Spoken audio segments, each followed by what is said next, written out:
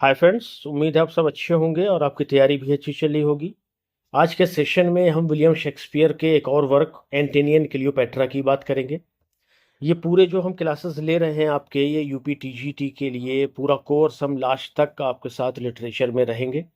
Literature के साथ में हम एक और जो सेशन लेते हैं ग्रामर का, वो आपका यूपी टीजीटी पीजीटी और डी ट्रिपल एस बी वगैरह जो भी आप एग्ज़ाम की तैयारी कर रहे हैं, तो उसके हिसाब से हमने उसको डिज़ाइन किया है कि जिसमें आपको अनसीन पैसेजेस मिलते हैं, वो कैप्स सभी मिल जाती हैं, सिंटैक्स है, ट्रांसफॉर्मेशन है, सिंथेसिस है।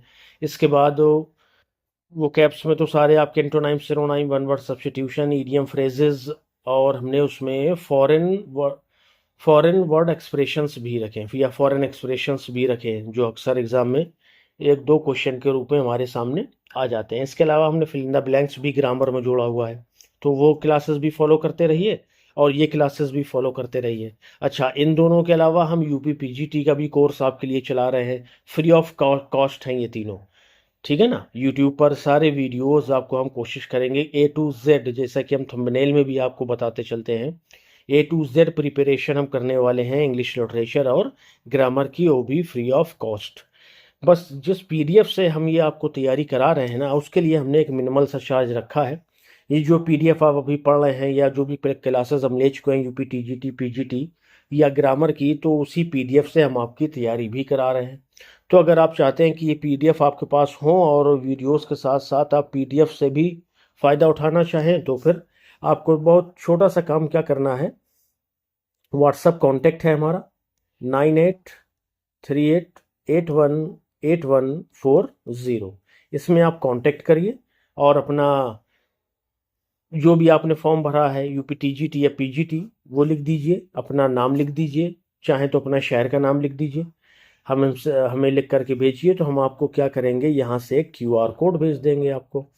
ठीक है, क्यूआर कोड आपको स्कैन करना है और एक मिनिमल सा चार्ज, जैसा कि हमने बताया आपको कि अगर आप टीजीटी के नोट्स लेना चाहते हैं तो इसके लिए आपको 299 पे करना रहेगा।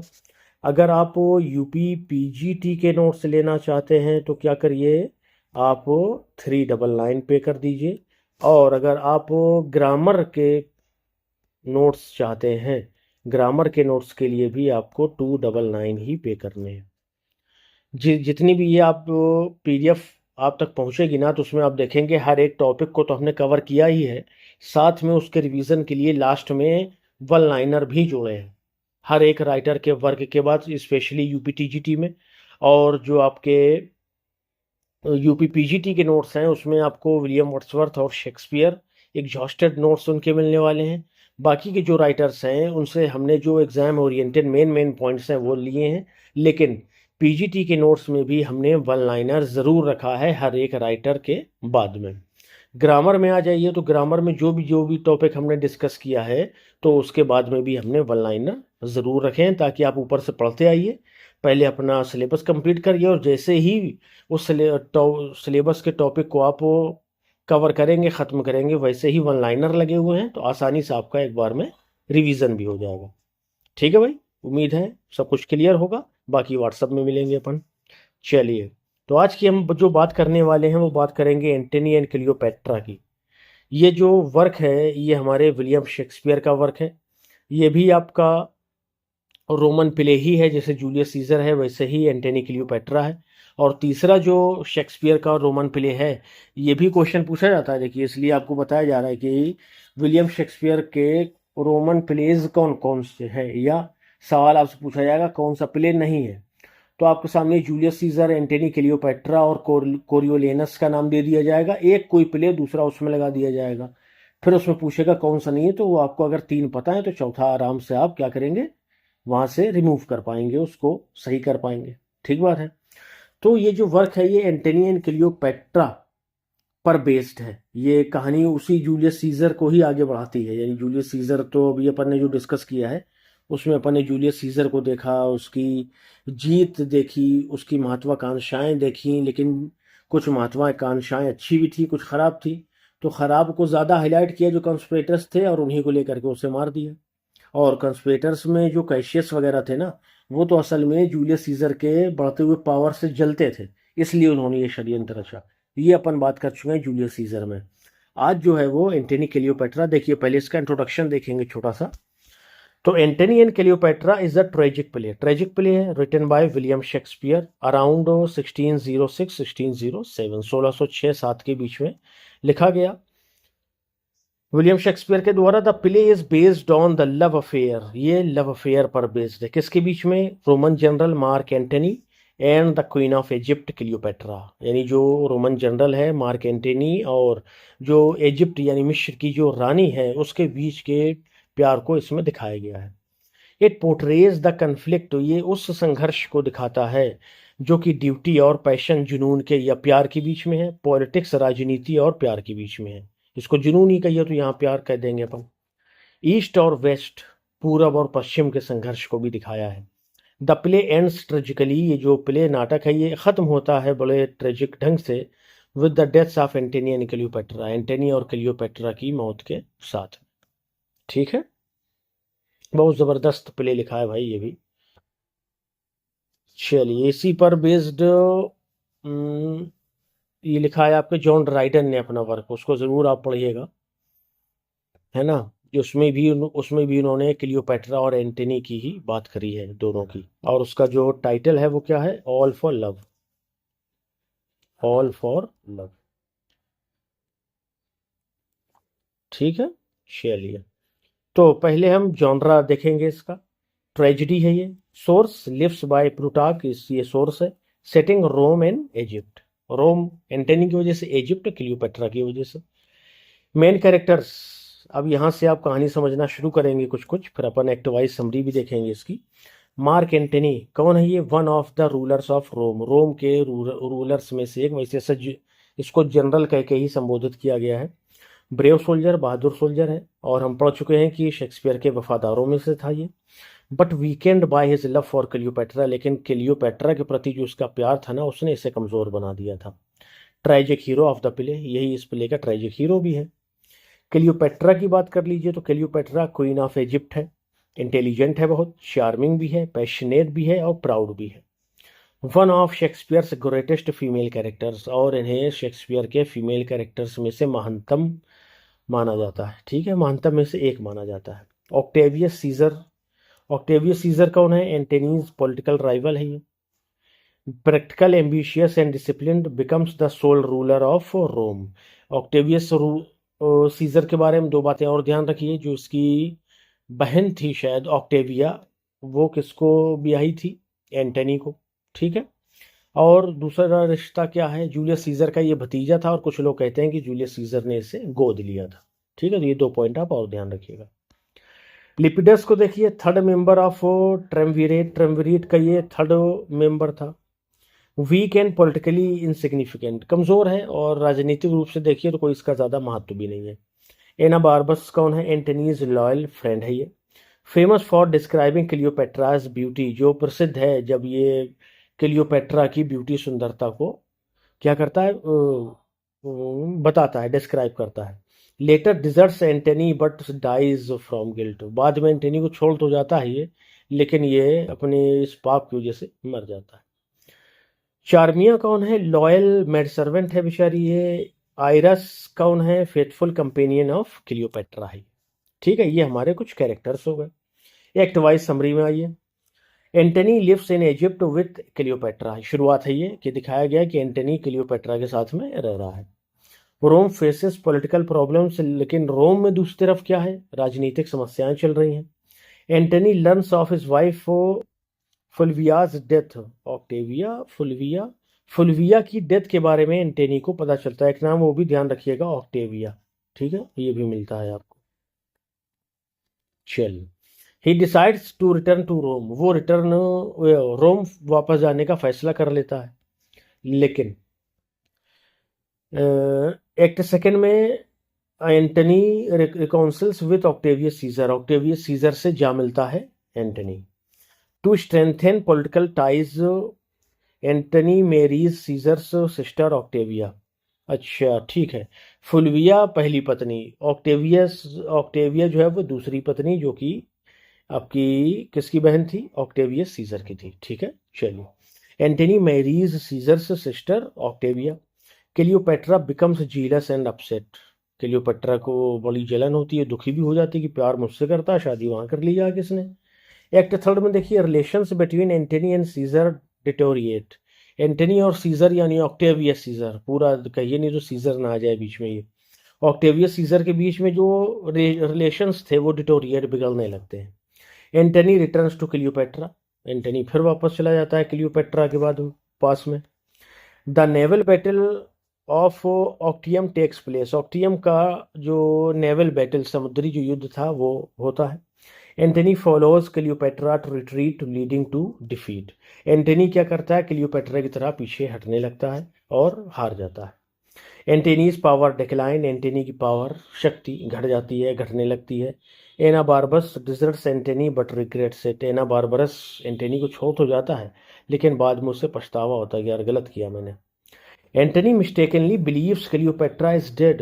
एंटेनी को क्या होता है, आयरस जो इसका एंटोनियो का, सॉरी, क्लियोपेट्रा का सेवक है ना, वो कहता है आकर के बहाने से कि क्लियोपेट्रा मर चुकी है। ये सुन करके एंटनी जो है वो अपने तलवार में चाकू मार लेता है। ही अटेम्प्ट्स सुसाइड, मतलब सुसाइड की कोशिश करता है। एक्ट 5 में देखिएगा तो Cleopatra learns Antony is dying. अब क्या होता है कि क्लियोपेट्रा को पता चलता है कि ऐसी सी बात हुई है, किसी ने उसको खबर दे दी कि मैं मर रही हूँ, तो उसने वो खुदकुशी करने की कोशिश करी है। Meets him before his death, लेकिन उससे मरने से पहले मिल तो लेती है जा करके। Caesar plans to take Cleopatra to Rome as a captive. Caesar क्या करता है, ये प्लान बनाता है, योजना बनाता है कि इसको पकड़ कर रोम ले जाऊंगा, बेइज्जत करूंगा कसके। रिफ्यूजिंग ह्यूमिलिएशन, इस बेइज्जती से बचने के लिए क्लियोपेट्रा कमिट्स सुसाइड। क्लियोपेट्रा भी सुसाइड करती है by allowing an asp snake to bite her. एक सांप को अपने को काटने देने से, यानी एक सांप को अपने को काटने देती है, और कि पकड़े जाने से तो अच्छा है कि मैं अपने प्यार के साथ ही मर जाऊं, तो वो वहीं मर जाती है। Caesar honours the lovers in death, लेकिन सीजर जब आता है ना तो कोई वहाँ ह्यूमिलिएट नहीं करता उनकी डेड बॉडीज को, बल्कि कहता है कि पूरे मान सम्मान के साथ में इनका अंतिम संस्कार किया जाए। ये हो गई हमारी एक्ट वाइज समरी। ठीक है भाई, अब आ जाइए इंपॉर्टेंट थीम में। कौन कौन सी थीम की बात करी है इसमें शेक्सपियर ने।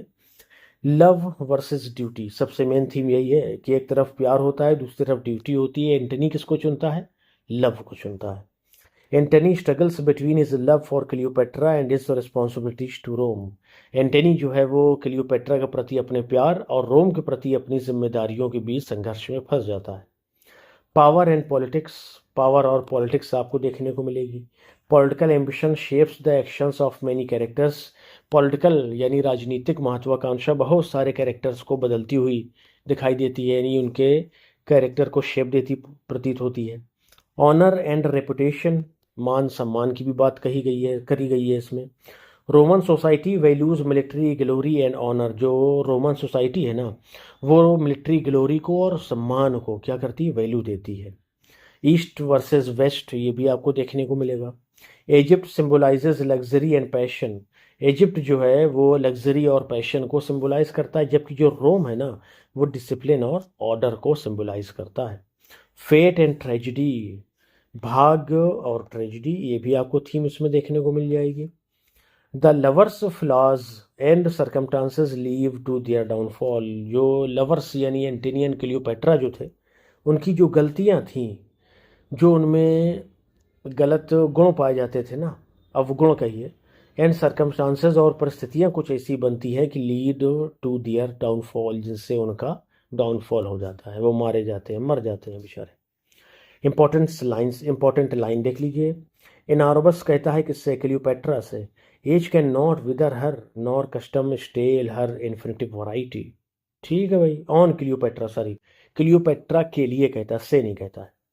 क्लियोपेट्रा क्या कहती है, give me my robe, put on my crown, I have immortal longings in me.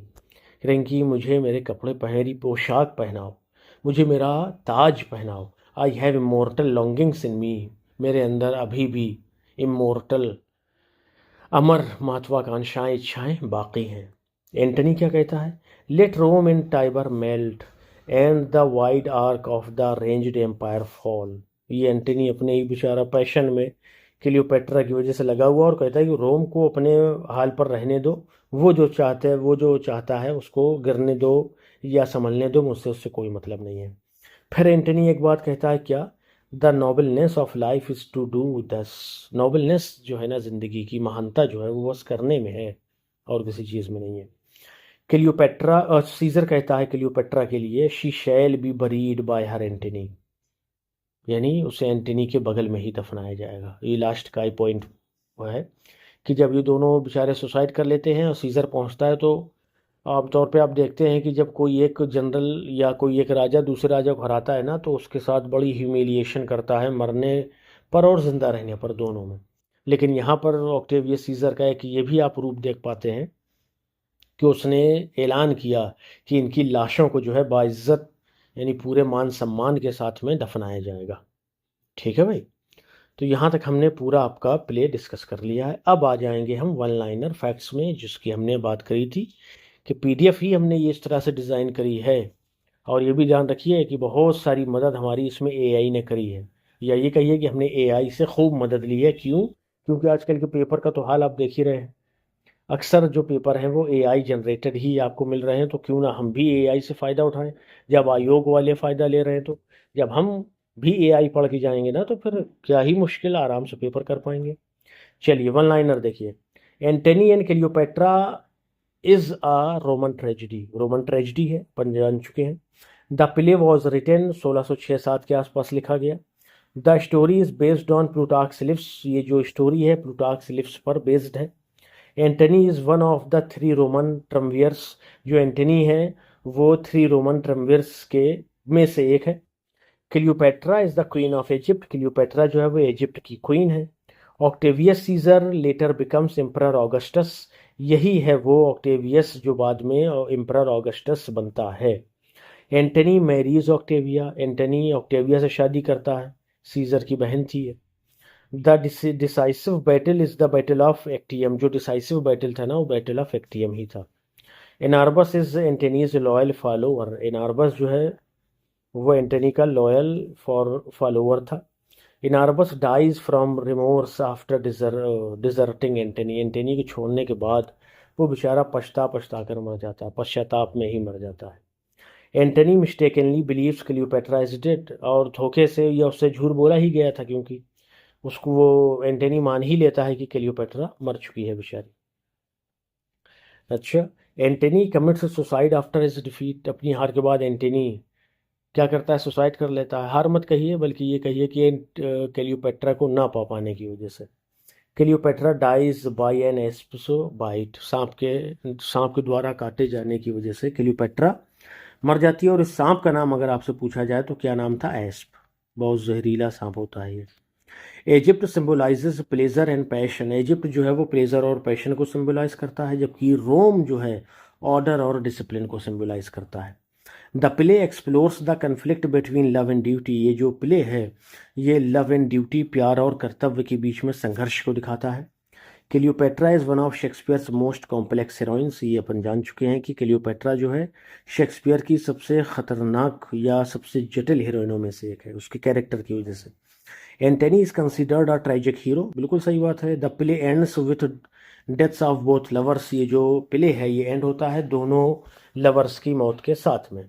Scissor becomes the sole ruler of Rome, और आखिर में एंटनी के मरने के बाद में सीजर इकलौता रोम का राजा बन जाता है। एग्जाम ओरिएंटेड पॉइंट्स ये आप अपने नोट्स में देख लीजिएगा, फिर से एक बार आपका अच्छे से रिवीजन होगा। ठीक है, कुछ और चीज़ें हैं, चलिए ये नहीं छोड़ेंगे अपन, very important. UP TGT PGT one liners देखिए। Age cannot wither her nor custom stale her variety refers to Cleopatra, किसके लिए कहा गया है? क्लियोपेट्रा के लिए कहा गया है। अच्छा, अगला पॉइंट क्या है? The battle of Actium causes Antony's downfall, सही है, जो एंटनी का डाउनफॉल हुआ है वो एक्टियम के युद्ध में हारे जाने की वजह से। Octavia is the sister of Octavius Caesar, ये अपन जान चुके हैं। Enobarbus provides the most famous description of Cleopatra, जो भी ऊपर निकला है कि ना तो उम्र और ना ही कुछ और क्लियोपेट्रा की सुंदरता को कम कर सकता है, ये बात इसने कही थी। और भी बड़ा ज़बरदस्त डिस्क्रिप्शन दिया है। Cleopatra chooses death over captivity, Cleopatra ने मौत को चुना बंदी बनाए जाने की बजाय।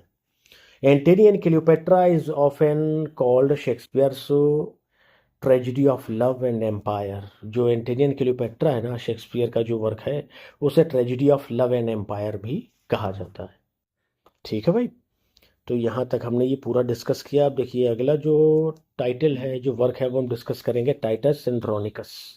शेक्सपियर का सबसे ज़्यादा खूनी प्ले है ये, बहुत मर्डर, खून और अजीब अजीब सीन इसमें दिखाए गए हैं, वो अपन बात करेंगे अगले सेशन में। ठीक है भाई, उम्मीद है सेशन आपको पसंद आया होगा। अगर नए चैनल पर पहली बार आए सब्सक्राइब ज़रूर करिए, लाइक शेयर भी करिए, और अगर पीडीएफ चाहिए तो हमें जो है आप एक बार कांटेक्ट करिए।